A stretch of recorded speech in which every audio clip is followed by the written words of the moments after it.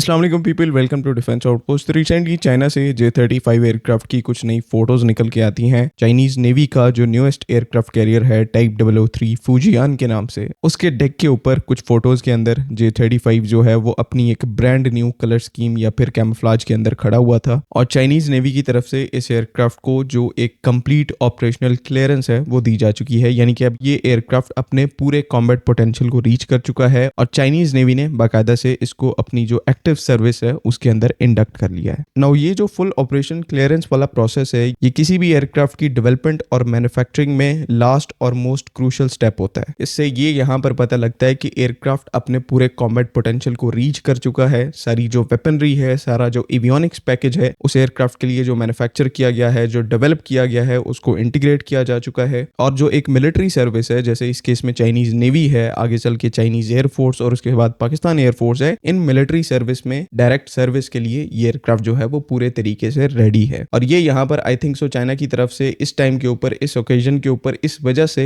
इस चीज को हाईलाइट किया जा रहा है बिकॉज इंटरनेट के ऊपर काफी ज्यादा रिपोर्ट्स हैं जहां पर कहा जा रहा है कि J-35 एयरक्राफ्ट जो है वो रेडी नहीं है, डिस्पाइट के इस एयरक्राफ्ट की जो प्रोडक्शन लाइन है वो पूरे तरीके से स्टार्ट हुई पड़ी है। और इवन यहाँ पर पैरेलल में शेनयंग एयरक्राफ्ट कॉर्पोरेशन इसके जो नेवल वेरिएंट्स है उसको भी मैन्युफैक्चर कर रही है, उनको भी प्रोड्यूस कर रही है। And at the same time यहाँ पर जो एयरफोर्स का वेरिएंट है, जो कि एक्चुअली में वो वेरिएंट है जो कि पाकिस्तान की सर्विस में भी आएगा, तो उसकी भी जो प्रोडक्शन है वो पैरेलल में चल रही है। और रिसेंटली इनकी कुछ फोटोज को चाइना ने पब्लिश किया गया था चाइनीज न्यू ईयर के मौके पर, जहां पर इनकी जो प्रोडक्शन लाइन है उसकी एक तस्वीर जो है वो हमें देखने को मिली थी। लेकिन सबसे बड़ा जो एविडेंस है यहाँ पर J-35 एयरक्राफ्ट के ऑपरेशनल होने का, वो फूजियान के डेक के ऊपर इस एयरक्राफ्ट का स्पॉट होना है। इनिशियल फेजेस में आज से तकरीबन 4 से 5 महीने पहले जब इस एयरक्राफ्ट की पहली फूजियान के साथ फोटोज आई थी तो उनमें इसके साथ टेक ऑफ और लैंडिंग की टेस्टिंग जो है वो चल रही थी। लेकिन अब ये जो एयरक्राफ्ट फूजियान के साथ स्पॉट हुए हैं, ये प्रॉपर अपने जो नए कैमोफ्लेज है, जो उनका स्टैंडर्ड कैमोफ्लेज चाइनीज नेवी ने डिसाइड करके इंप्लीमेंट किया है, तो उस कैमोफ्लेज के साथ स्पॉट होना फूजियान के ऊपर ये इंडिकेट करता है, जिसको चाइना ने खुद भी मेंशन किया कि ये एयरक्राफ्ट जो है वो फुल ऑपरेशनल क्लियरेंस ले चुका है। ये सब इस फैक्ट के साथ आता है कि इस एयरक्राफ्ट की जो फर्स्ट फ्लाइट है वो 2012 के अंदर हुई थी, यानी कि आज से तकरीबन 14 साल पहले। 14 साल का कंटिन्यूस और एक rigorous design and development phase complete करने के बाद आज ये एयरक्राफ्ट जो है वो चाइनीज नेवी के अंदर ऑपरेशनल हो पाया है एंड जल्द ही ऑब्वियसली पाकिस्तान एयरफोर्स के अंदर भी होगा।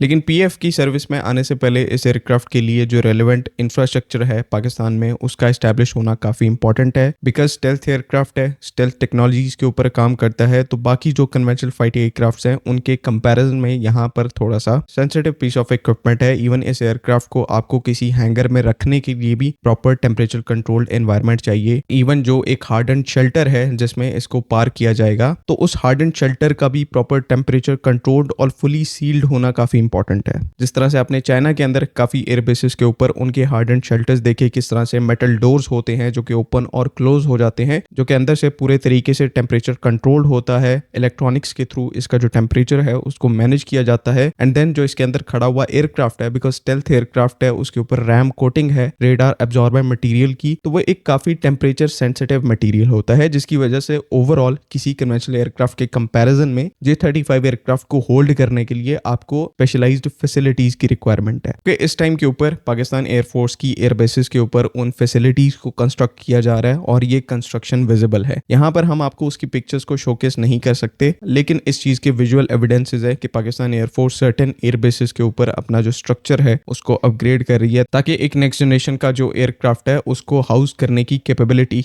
पाकिस्तान एयरफोर्स के पास आ सके। तो जब पाकिस्तान एयरफोर्स की तरफ से J-35 को एक्वायर करने का डिसीजन लिया गया था और हमारे जो एयर चीफ है उन्होंने पहली दफा इस चीज को पब्लिक में मेंशन किया था कि हम J-35 को एक्वायर करने की जो फाउंडेशन है उसको ऑलरेडी ले कर चुके हैं, उसको रख चुके हैं, तो उस टाइम के ऊपर ना तो मे की कॉन्फ्लिक्ट हुई थी और ना ही जो इजराइल, ईरान और यूएस है उनकी कॉन्फ्लिक्ट्स हुई थी। लेकिन अब जब चीजें टर्न आउट हो रही हैं, मे की कॉन्फ्लिक्ट है, उसके बाद ये जो ईरान और इजराइल की सिचुएशन चल रही है, ये पूरे तरीके से हाईलाइट करती है कि एक स्टेल्थ एयरक्राफ्ट पाकिस्तान जैसी कंट्री के लिए कितना जरूरी है। कि एयर स्पेस को जो थ्रेट्स हैं वो काफी ज्यादा कॉम्प्लेक्स हैं और उसी एयर स्पेस स्पेस के अंदर उसकी जो सेंसिटिव इंस्टॉलेशंस हैं, न्यूक्लियर इंस्टॉलेशंस हैं, उनकी भी प्रोटेक्शन करना बहुत ज़्यादा इंपॉर्टेंट है। बल्कि इवन मोस्ट इंपॉर्टेंट टास्क यही है कि हम अपनी जो न्यूक्लियर इंस्टॉलेशंस हैं उनको किसी भी एनिमी के अगेंस्ट में, चाहे उसके पास स्टेल्थ एयरक्राफ्ट ही क्यों ना हो, हम अपनी जो एयर स्पेस है उसका डिफेंस कर पाएं और एनिमी को जो एयर स्पेस सुपीरियोरिटी है या जिसे एयर सुपीरियोरिटी भी कहा जाता है उसको अचीव ना करने दें। तो इस काम के लिए स्टेल्थ एयरक्राफ्ट, स्टेल्थ इकोसिस्टम वो पाकिस्तान के लिए बहुत इंपॉर्टेंट था। ये बात पहले से तय थी